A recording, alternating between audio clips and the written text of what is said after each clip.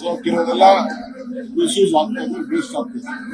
So ಜಾಗೃತಿ ಮೂಡಿಸ್ಲಿಕ್ಕೆ, ಮಕ್ಕಳ ಹತ್ರ ಜಾಗೃತಿ ಮೂಡಿಸ್ಲಿಕ್ಕೆ ಒಂದು ಅಭಿಯಾನವನ್ನ ಪ್ರಾರಂಭ ಮಾಡಿ ಒಂದು ತಿಂಗಳ ಕಾಲ ಸೋಷಿಯಲ್ ಮೀಡಿಯಾ ಮಾಡಿ ಅಂತ ಹೇಳಿದ್ದಾರೆ. ಈ ವಿಚಾರದಲ್ಲಿ ನಾವು ಮಲ್ಲೇಶ್ವರಂ ಸ್ಯಾಂಕ್ಯೂ ಟ್ಯಾಂಕ್ ಅಲ್ಲಿ ಒಂದು ಪುಣ್ಯವಾದಂತಹ ಜಾಗ ಇದೆ. ಹಿಂದೆ ಎಲ್ಲ ಬೇಕಾದಷ್ಟು ಮಾಡಿದ್ದಾರೆ, ಕನ್ನಡ ರಾಜ್ಯೋತ್ಸವ, ಬರ್ತಡೆ, ನಡೆದಿದೆ. ನಾವು ಅದೊಂದು ಪೂಜೆ ಹತ್ರ ಇದೆ ಅಂತ ಹೇಳಿ ನಾನು 5-6 ಕೆರೆಗಳನ್ನ ಚೆಕ್ ಮಾಡಿಸ್ತೇವೆ. ಸೊ ಇಲ್ಲಿ ಕಾವೇರಿ ಪೂಜೆ ಮಾಡಿಬಿಟ್ಟು ನೆಕ್ಸ್ಟ್ ಡೇ ಇಂದ ಆರತಿ ಮಾಡ್ತಾರೆ. ಅಲ್ಲಿ ಒನ್ ಡೇ ಪ್ರೋಗ್ರಾಮ್ ಮಾಡ್ತಾ ಇದ್ದೀವಿ. ಈ ಮಧ್ಯದಲ್ಲಿ ಕೆಲವು ಸ್ಥಳೀಯ ಬಿಜೆಪಿ ನಾಯಕರು ಕೋರ್ಟ್ಗೆಲ್ಲ ಹೋಗಿದ್ದಾರೆ.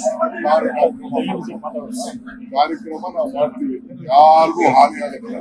ಇದು ಸರ್ಕಾರದ ಕಾರ್ಯಕ್ರಮ, ಇಟ್ಸ್ ನಾಟ್ ಎ ಪೊಲಿಟಿಕಲ್ ಕಾರ್ಯಕ್ರಮ. ನಾವು ಪಾಲಿಟಿಕ್ಸ್ ಮಾಡ್ತಾ ಇದ್ದೀವಿ ಎಲ್ಲರಿಗೂ ಅಷ್ಟೇ. ನಾವು ಇದಕ್ಕೆ ಸಾರ್ವಜನಿಕರು ಎಲ್ಲರೂ ಕೂಡ ನಾವು ಮನವಿ ಮಾಡ್ತೀವಿ. ನಾಳೆ ಸಾಯಂಕಾಲ 6 ಗಂಟೆ ಕಾವೇರಿ ಪೂಜೆ ಕಾರ್ಯಕ್ರಮದಲ್ಲಿ ತಾವೆಲ್ಲ ಪಾಲ್ಗೊಳ್ಬೇಕು, ತಾವೆಲ್ಲ ಆಶೀರ್ವಾದ ಮಾಡಬೇಕು, ನೀರನ್ನು ಉಳಿತಾಯ ಮಾಡಬೇಕು. ಅಭಿಯಾನದಲ್ಲಿ ನೀವೆಲ್ಲ ಪಾಲ್ಗೊಳ್ಬೇಕು.